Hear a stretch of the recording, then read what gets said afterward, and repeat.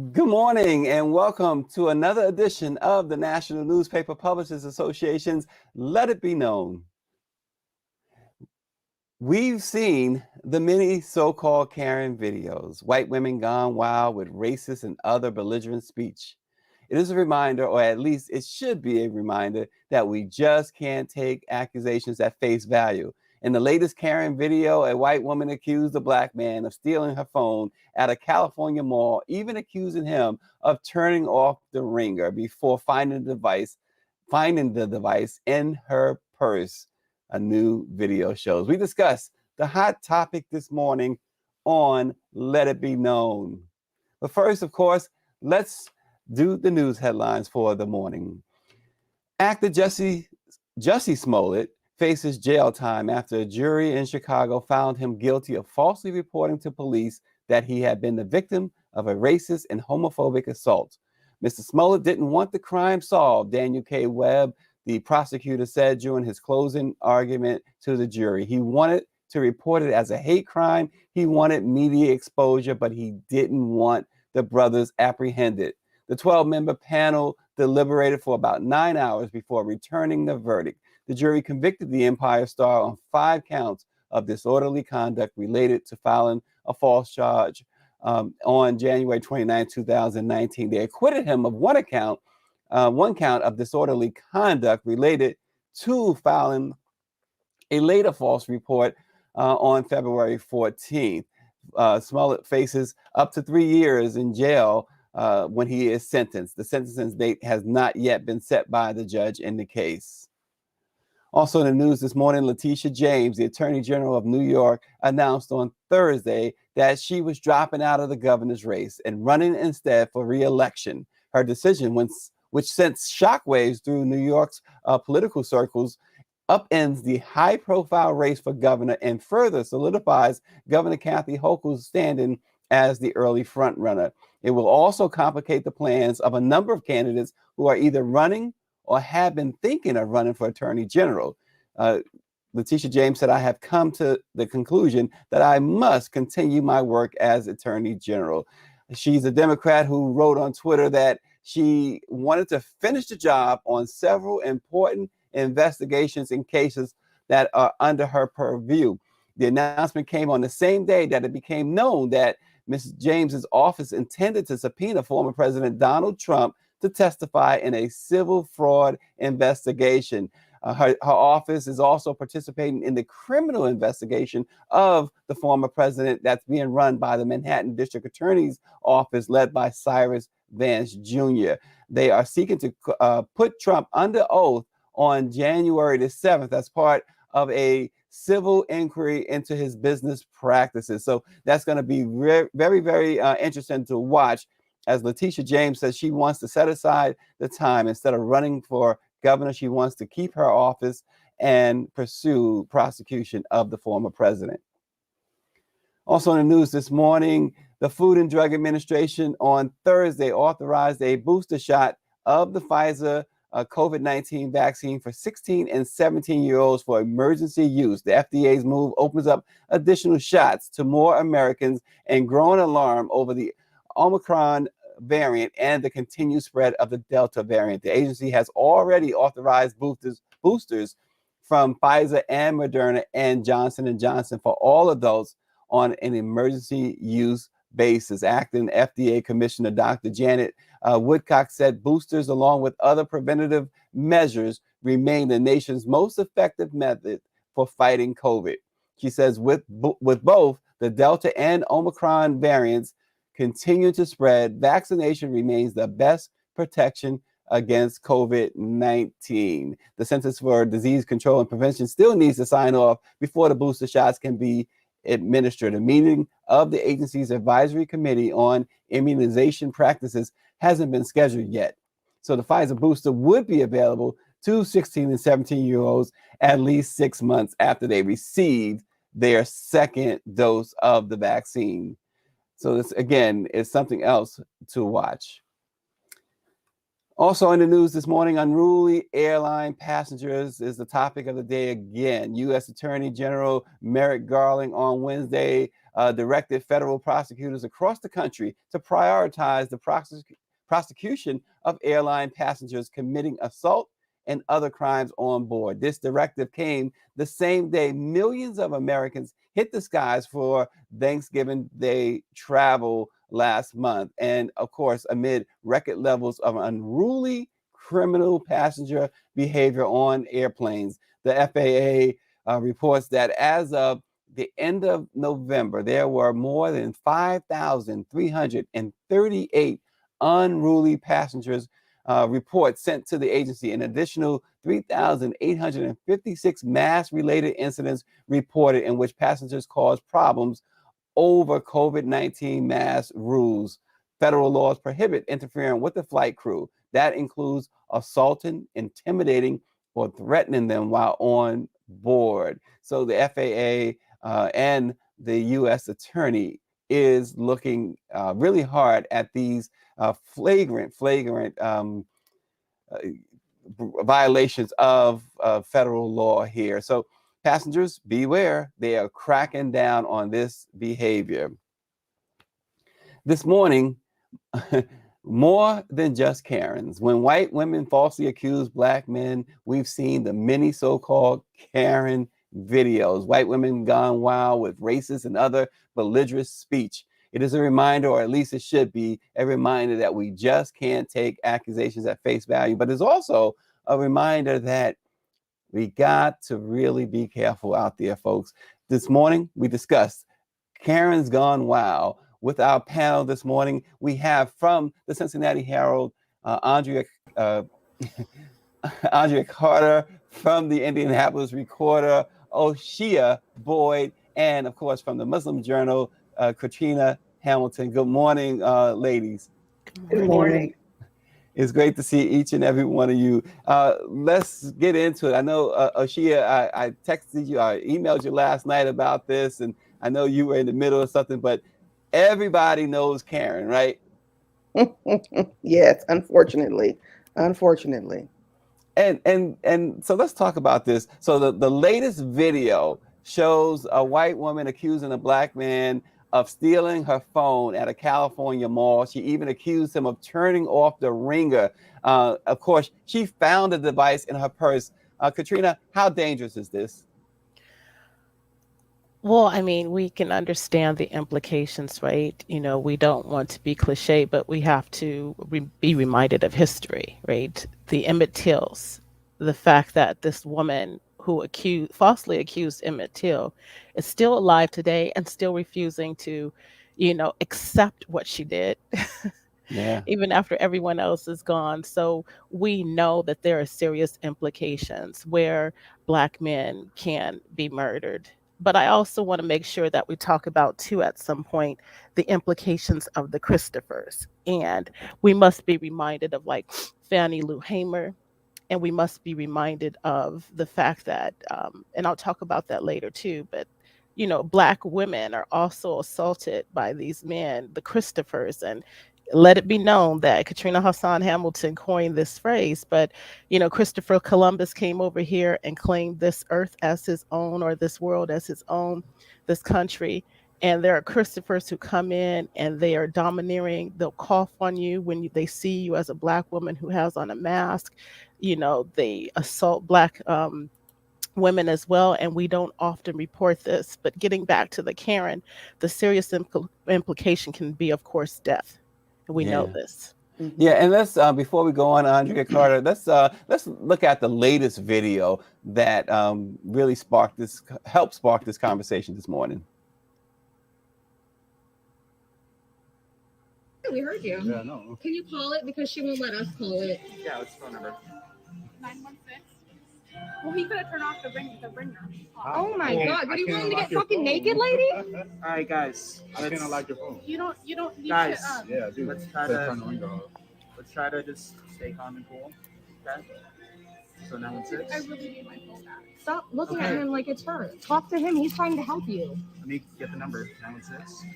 Is everything in my pocket? Do you want to pat him down? You pat me down, girl.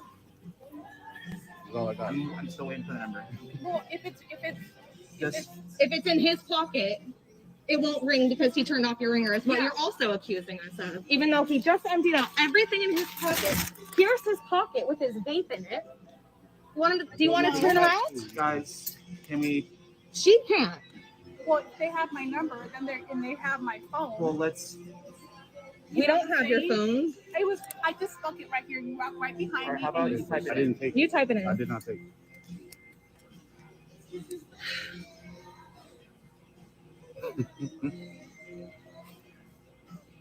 What would I even do right with it? now. Is it in your purse, man? Yeah, it is. I'm so Oh, sorry. Really? I am sorry. All right, cool. Sorry. I apologize. I'm really sorry. No, you're not. I am. No, you're not. I like that. No, you're not. Sorry, because she was willing, Andrea, to let this young black man really get arrested, go to jail or something like that, right? It's unbelievable the fact that she did not do, the due diligence of looking everywhere in your own possession first before accusing someone. The fact that she went to lengths to say, well, he could have turned off the ringer. He could have done this. I'm like, who thinks of this? It is unbelievable. I know when I have misplaced my cell phone, I look in my pockets, in my purse first. I do my due diligence before I start saying, have you seen my cell phone? Have you? Most people do that, or they go looking where the last steps were. Instead, she turned and accused a young man because it was easy. And I think that in America, we're finding a lot of people are doing what's easy, then what's hard is looking at themselves first before accusing someone else. And I think it's the Karens have opened that Pandora box, so to speak, and it's exploded around the country. And other people have picked up on it and are doing what is easy, then what is hard and what is necessary first. To your own be self be true, which is take your responsibility for your possessions, for yourself and your actions before you accuse someone. Because unfortunately today, she's lucky he wasn't the type of young man who carried something and it could have turned ugly back on them instead of just walking away and just saying some random things. People are so volatile, especially our young people are so looking to what is easy. And a lot of young people are not being taught conflict resolution. So this could have gone a different way, but I commend that young man, the Spencer retail clerk, handling the situation, calming everybody down, and insisting on getting the number. Let's ring the cell phone. I think he showed the proper respect and action in this situation that sometimes you don't see until it's too late. Yeah, she had, as Andrea said, it could have gone a number of ways. And one of our viewers, Angela Conley, hi, good morning, Angela. She says he could have been killed, I guess, when the police arrived. That's another issue too, right? Interaction, African Americans and interactions with police doesn't always end well, right? No, it does not. No. We've seen enough examples over these last few years, especially involving not only our black men, but also black women as well. It's not as prevalent, but it's still, we all are seeing the effects of what is easy to do, or hey, she did it. Well, we had nothing to do with you. And my thinking is, how did she come to accuse that young man of taking her cell phone? It reminds me of that young woman who accused that other young man at that hotel that he took her cell phone, and come to find out he didn't even have it. She left it in the cab. And now she's facing consequences for her actions. That woman was lucky that she found her cell phone in her purse and everyone walked away.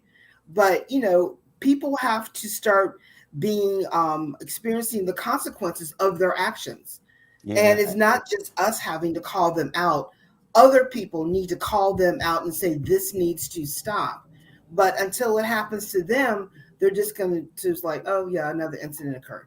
And keep Well, I think this is not the news. This is not new. What's new is that we actually see the video of these occurrences and that we can watch and see what's going on here. This was so triggering for me for so many reasons. First of all, the person being accused was very calm. I don't know that I would have had that sense of calm. The store clerk was calm. But what gives people the right to think they can, quote unquote, make a citizen's arrest, hold people, and search their person? I have a saying that our bodies are not our own. We don't own our bodies. White people feel as though they were privy to our bodies. They can stop us. They can hold us. They can question us, and we have to stand there and answer, or else. And thankfully, this situation did go well. But I don't know that I would have the wherewithal just to stand there and go through that line of questioning. Yeah, and It's, Katrina, it's embarrassing. It's embarrassing. It's hurtful.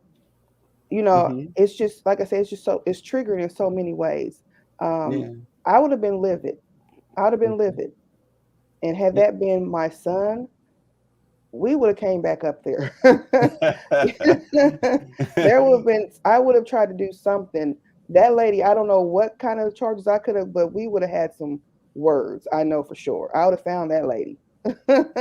And so even something like that, Katrina, um, shouldn't there be some sort of law in place? We see this going on so much. These false accusations, like Oshia said, that's triggering. It's also very, very embarrassing to be accused like that, especially of a heinous crime like theft, right? Uh, there should be some sort of penalties against these Karens and, as you said, Christophers, right? Right. And I think it really is tied into the fact that we need to be very specific. We cannot be lumped in with people of color because, um, the young woman who accused the young man, the 15-year-old in New Hmm. York, of taking her phone was Puerto Rican. Hmm. And the first excuse that came out of her mouth was, "Oh, but I'm a person of color too." Yes. Yes. No, you're a Puerto Rican who identifies as white. Let's be clear. So that's a whole nother thing.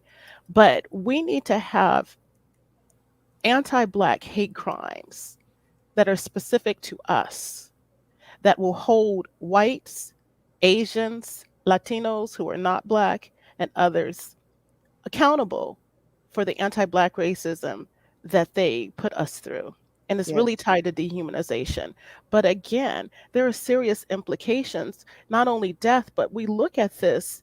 Well, not only death, because death is horrific, but let's look at the case of Dante Wright. You know, let's be clear. You know, this officer, Kimberly Potter, she looked like she was very remorseful. But the fact remains is that if she didn't have that fear for that young man in the first place, if she treated him as if he were human, and if that racial bias were not in the back of her brain, some of us will call it as implicit bias, she would not have reached for a taser either. She would have calmly talked to him and asked him to de escalate and let him know that he's being pulled over for XYZ. But Mhm. as you can see, these implications are very serious. And they also transcend to the classroom. I want to say that as well, because we have, out of our teaching population, we have about 78% of our teachers identify as white, female, middle class. So there are a lot of Karens that are referring our Black kids to special education, who are suspending them, expelling them, and 31% of our Black children are who are enrolled in schools. Excuse me, 31% of the law enforcement referrals are of Black children, although they are only 15% enrolled in schools. So we need to really look at this broader than just police stops or, encounters in stores. Yeah, let me just run down just a couple of comments here. I wanted to go back to just a few. Bobby Henry of the West Side Gazette, he makes a point here that she was willing to continue to lie until the other lady said, "It isn't in your purse, lady." And Mhm. then Nicole McDaniel makes a couple of really interesting points too. We're going to say Dr. Nicole McDaniel. I'm going to say it. I'm saying that for a reason. It's more than irresponsibility on her part. It's the pathology of fear and criminality that white women hold for Black people and men in particular. And then the final point Nicole McDaniel makes, if there was not a Black man in the vicinity, she probably would have checked her purse. Get your response on that. Any of you, your response. I think it's, again, it goes back to being easy. It's the effects of the on-demand world, and this Pandora box has been opened that, oh, let's just accuse the black guy. You know, that has been prevalent throughout the decades. Unfortunately, because of the era of Donald Trump, that Pandora box has been opened so wide, everyone finds it easy instead of checking themselves first. And I think it's just, I've seen the videos and, you know, looking at TikTok, and there are a lot of responsible people out there who will stop incidents or interfere and help out people of color in these situations. But then there are others who keep persisting and persisting and persisting. And there are a lot of delivery drivers, a lot of service people who are subjected to this all the time. There are a lot of people who work in the restaurant industry who are subjected to this all the time, especially on airplanes as well. People are getting more belligerent. And I think there has to come a time where people of non-color have to step up and say, enough, stop it. Because they're recognizing the more it's exposed, the truth is exposed, the more they're recognizing it. Eventually, it's going to happen to them. Yeah. And then they're not going to like it. But we have to see repercussions on those Karens. If you just open your mouth, it's like saying fire. Only this fire has deadly consequences if it keeps escalating and escalating and escalating.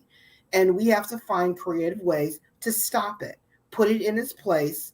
And or you know, my thing is, why didn't the woman who was with that young man go get the security guard herself, let them explain the situation, say, come help us, please, because we need help. We have nothing to do. No, That Even will though make me nervous. you know That will what? make me nervous. it would Exactly, make me nervous, because but if there's a black security guy, it no, wouldn't be. But at the no, same No, here's because time, the you issue know, sometimes though, we because a lot perform. of times when we're left alone, that's when things are escalated even further. So she probably had this sense in her mind that, okay, I need to stay here to make Hmm. sure To that be a nothing goes witness. down, To that be a he's witness. not accused any further of anything else. Because she could also say, oh, he touched me, he Hmm. hit me, he did this, Hmm. he did that.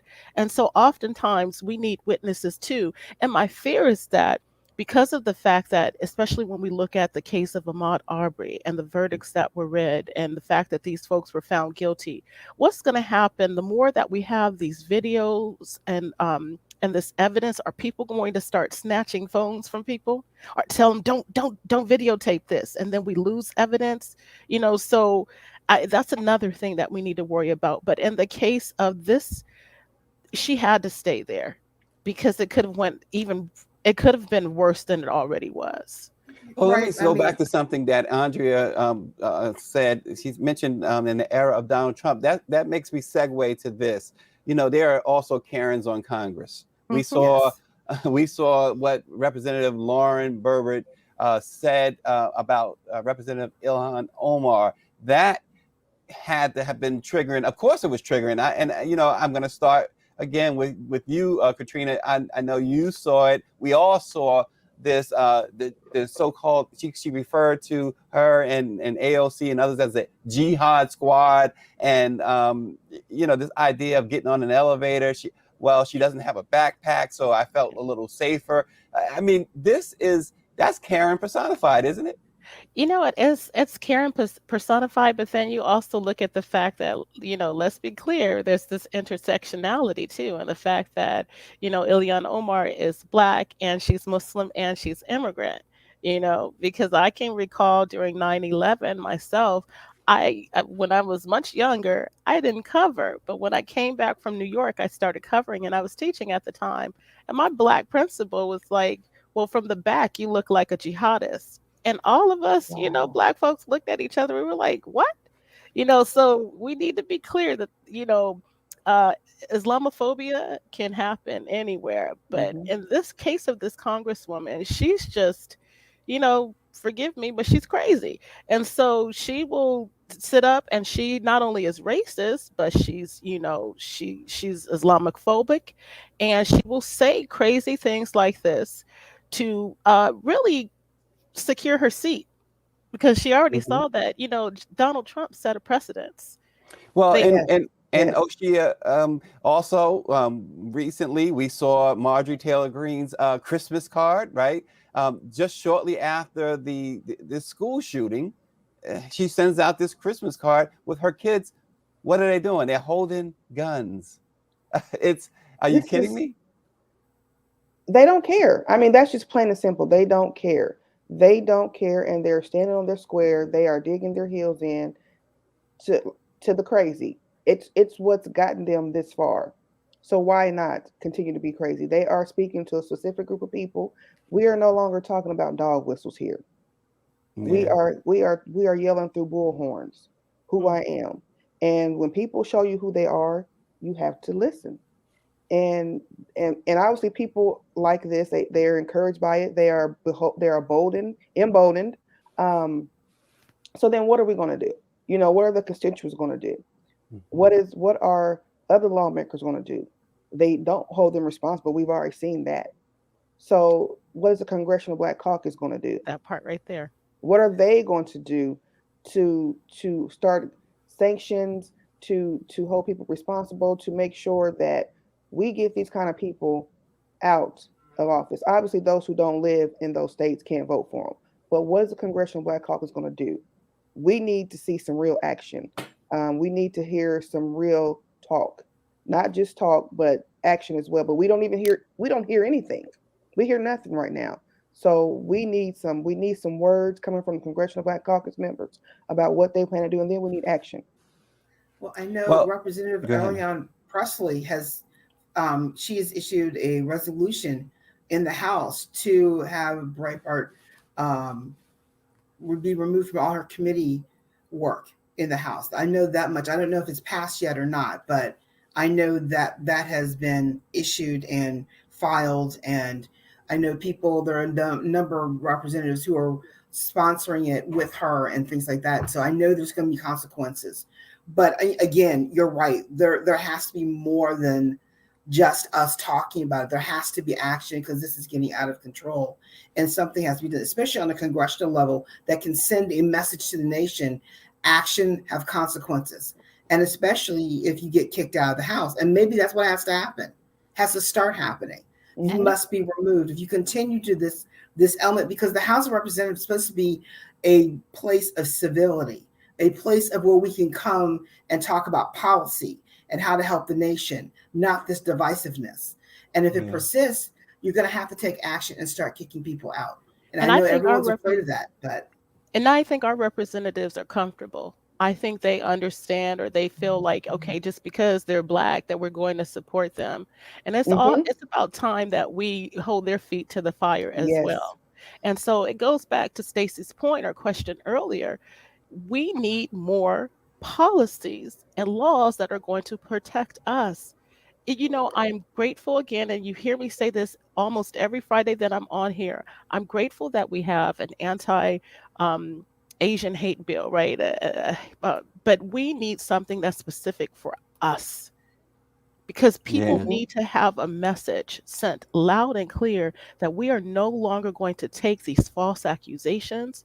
You cannot blame us for something that we didn't even do. Leave us leave us alone. No, you said it right. No, go right ahead. Yeah. You said it right the first time. Listen, we're minding our business. Along those lines, Katrina, along those lines, Gregory Muhammad says about you three, thanks to these courageous Black female journalists having this much needed objective subject, walking while Black, driving while Black, and shopping while Black, and just simply being Black for both Black men and women. And Wes Smith brings up a really interesting comment. He says it's an agenda to destroy the Black family once again, because they see more of us staying together, and the Black man is active in the household again, which represents strength in the Black communities. He says this is what welfare/Planned Parenthood did decades ago, where they forced Black women to choose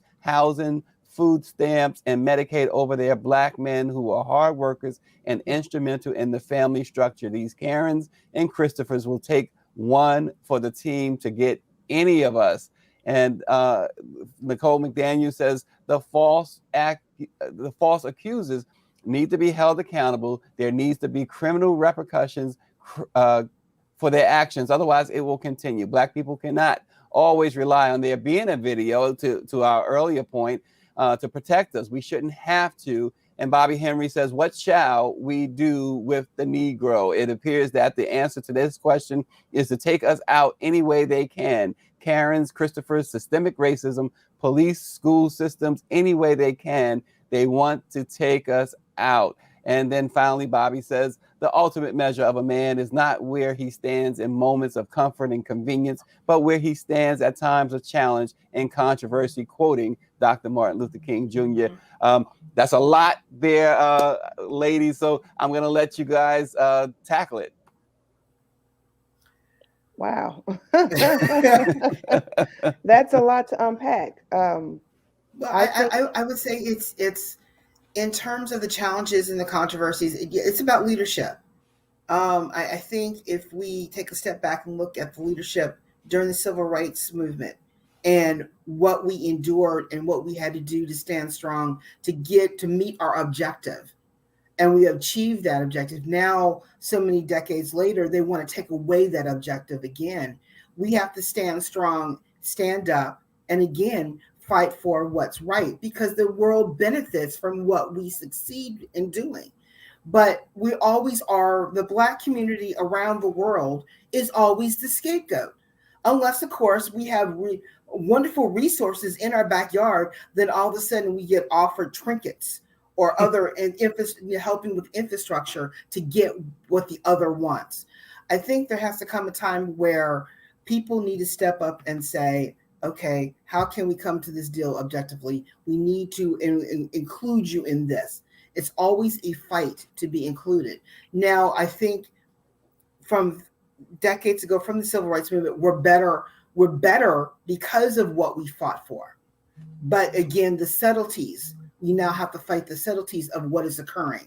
And we have to teach our young people about the subtleties, because we didn't teach them well for several decades. Now we got to go back and do that again and show them new and different ways of fighting, because the traditional ways are not working or not as effective as they used to be. But again, we have social media, we have our cameras, we have video, and put it out there right away to let folks know, hey, this went on, and people are more informed, and then we see what the reaction is. But eventually those actions have to have consequences. And I believe in that. We have a lot of people working in social justice, and we have to step it up and just say, okay, what are you going to do now? You know it's wrong. Yes. What are you going to do to stop this? But we need the white community to step up and police their community on our actions. We can speak and talk and say this has to happen, but until they say stop, it's not going to stop. Yeah. We just want our viewers to know we have decided to go overtime with this conversation because it's such an important conversation. Crazy Karens are not necessarily anything to laugh about when you really dissect it, as these fine young ladies have already stated this morning. Oshia, I know you had some further thoughts there. I'm going to throw it to you. Well, I think it's not just stepping up, it's holding people accountable. That means our local officials, state level officials, and federal, and the Black Caucus as well. We have to make sure that if we can get anti-Asian bills passed, why are we still saying we need to have anti-Black bills passed, legislation passed? Why are we still talking about this in 2021, almost 2022?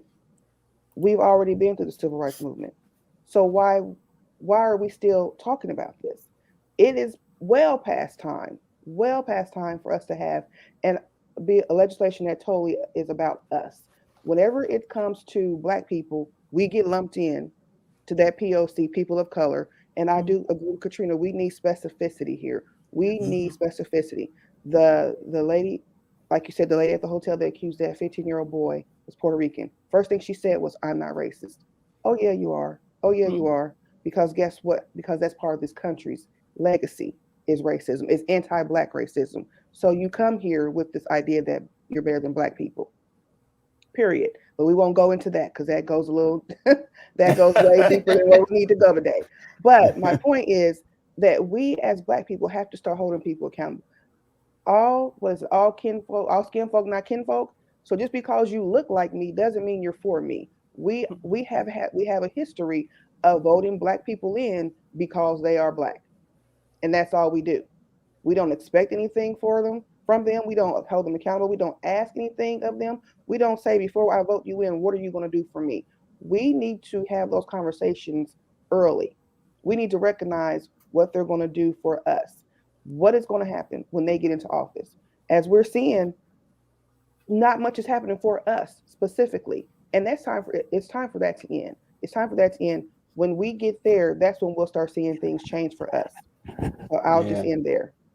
I just want to say really quickly too that I thought I was going to say it, but I, O'Shea, I thought you were going to say it, but may God forgive me, but everybody rallied around Kamala Harris. I was going there, but I I stopped. knew you were. I knew you were. I felt it. And at first she was black, and then all of a sudden she was black and Indian, and now look, it's kind of like, okay, so where you at, Sister Harris? So we need to really recognize that, as you said, all black is not black, and that is part of the problem.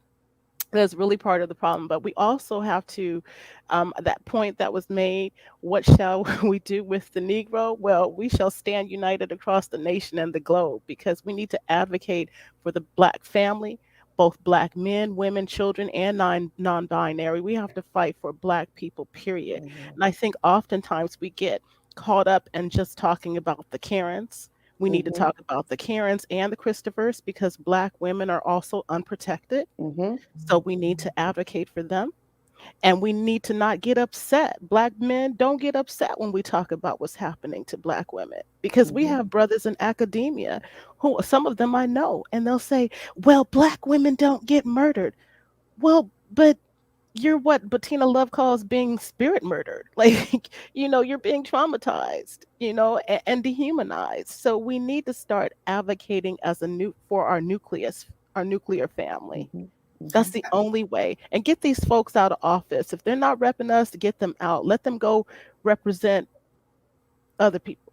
But I think Katrina, you also mentioned something earlier that I think is so critical in this conversation that should not be overlooked. You referenced the Karens and the Christophers in the schools. We know that the highest expulsion rates, the highest suspension rates are Black students. Why don't we talk a little bit about the Karens and Christophers in the schools, because it's so critical. It starts young, right? That's how you can dismantle a family as well. Definitely, because the Karens are the teachers, right? They're the first Mhm. to have that interaction with the students. Oftentimes, it deals with classroom management. They can't handle the class in the first place, and that Black kid who's acting up is their scapegoat. So they already have this racial bias. And so, and it's let's be specific. Like in 2015 in South Carolina, for example, we all saw the footage of the young woman who was flipped over. Her desk was flipped over Yeah. by that SRO. Mhm. Okay. So there was a Karen who called that SRO who came over. And so Christopher decided that he was going to flip this young woman over in this chair. Well, let's understand this and unpack it for a moment. The teacher, the Karen, called the school resource officer because the student didn't put the cell phone away fast enough. Not that she didn't put the cell phone away, but she didn't put it away fast enough. So because she didn't put it away quickly, she called Christopher. Christopher comes over and he starts dehumanizing and traumatizing this young woman. Mhm. And so these are issues that are happening all across the nation. In New Mexico, there was an 11-year-old Yes. student who was actually followed around for at least 30 minutes because Yes. the Christophers called the SRO again, who was also another Christopher, because she took more than one milk. And both Yes. of these students had IEPs. So let's be clear too. Most of our Black students who are being referred to special education are not being referred because they have learning disabilities, or maybe they do have learning disabilities, but they're being referred to special education for willful defiance, Mhm. Behavioral issues. behavior. And then the other part of that too is that And this is all data that's, that's collected from the Office of Civil Rights. Anybody can access this data. But the other serious implication, as I mentioned earlier, is that 31% of the total law enforcements that happen in schools consist of our children, our Black boys and our Black girls. Black boys, suspensions and expulsions for Black boys outpace all other subgroups, including Latinos and Asians. Black girls, and I've said this before, they outpace all of their peers. They outpace Latino boys, they outpace Asian boys, they outpace white boys, and the only boys that they do not outpace are Native American boys. And we know they don't outpace Black boys because Black boys outpace everyone else. And they tie with biracials, boys. So there are serious implications that we really need to look at. We need to look at the trauma and what we call the school-based racial battle fatigue that's happening in schools because our children have been traumatized since 1956, not 1954. It took 2 years before our kids could even integrate these schools. And our Black children were used and pawned to be able to, for our movement. But look at the results of what happened. Well, Katrina, segregated schools. I mean, look at schools around the country. They're as much segregated as they've always been, right? As they used to be in the 50s. It's amazing. We're gonna have to start wrapping it up. I'm gonna give each of you a 60-second closing remark. Start with Harold. Thank you. It's a pleasure being here. I think that we need to start holding people accountable, start at the local level and ask our local representatives, when these incidents occur, what are you going to do? How are you going to protect us? How are you going to protect the kids? Go to the school. I encourage everyone to start going to their government meetings. Go to their school board meetings. Don't yell, don't shout. Understand the process. Understand what's happening, and then speak up, speak out, and ask for action. Ask for what's going on.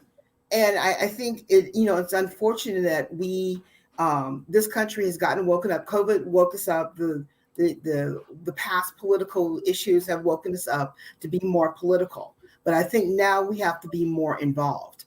I know in Cincinnati, our Black community came out and voted like you would not believe, more so than our most of the Black communities on the east side and then the west side. For once, the east side came out more than the west side. So we knew what was going on. We knew our vote is important. So now we have to step up more and start going to our local organizations, our local governments. Get involved. If we want action and if we want consequences, we have to be there at the table to demand the consequences. So we have to step up and do more than we just say, let someone else do it. Oshia Boyd, the editor of the Indianapolis Recorder. I'll just piggyback on what Andrea said. I've been advocating involvement for a while now. It's not enough to vote. It's not enough first let's say we need education. We need education to vote the right way. What are these candidates going to do for you? Let's be specific. Specificity is the word of the day for me. What are we going to do? What are you going to do for our community? Specificity. Educate yourself on who these people are before you give them your vote. Yeah, once you have given them your vote, then we go to involvement, accountability. You said you were going to do this, this, and this. Where is that? You have not done that. And like Andrew said, school boards. Why are we not at school board meetings? We're seeing white parents turn out in droves for critical race theory that doesn't even exist. This family critical race theory that they are out here fighting, they turn out in droves. It's happening all over Indiana. It's happening greater Indianapolis area. And we're banning critical race theory, but it was never taught to begin with. So we've never felt empowered to go before our school board to have this. We don't feel like the schools are ours. So we don't go, and we don't stand up for our children. We need to start doing that. You're paying taxes to those schools just like any other parent that owns a home. Lots of taxes. Lots of taxes. Yes. Lots of taxes. Those schools are ours. They are ours too. We need to take ownership and accountability for what's going on here. We can't just wait on some quote unquote leader to come and fix it and save us. You know, that's It's on us. It's on us to take yeah, action and move forward. and that's going to be a topic, and I'll speak with our producer, Katrina. That's going to be a topic for another day. You know, we always hear about leaders, a black leader, Why we don't hear white leaders or Hispanic? Why do we need a leader? I want to talk about that at another time. Why is it that we have to have this leader? Why can't we just do like others do? But Katrina, it's fair to give you the last 60 seconds. I'm going to answer your question. It's because, and forgive me, it's because, what would white folks do without dogs and guns? I think dogs have more rights than black people in this country at times, and so they feel like we need to follow somebody around in order to get us organized.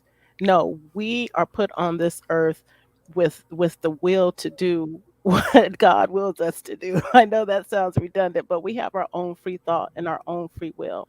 And it's because of the fact that we have been dehumanized. And we need to understand that we don't need white people to tell us how great we are. We need to understand and recognize that greatness ourselves.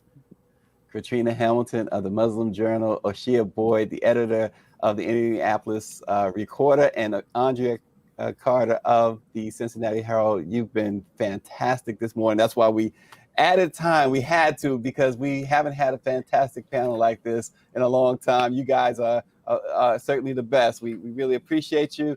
The NNPA's Midwinter Training Conference kicks off on January 19th. Of course, we'll be at the beautiful Diplomat Beach Resort in Hollywood, Florida, hosted by none other than the publisher who's going to receive this great legacy Lifetime Achievement Award, Bobby Henry of the West Side Gazette.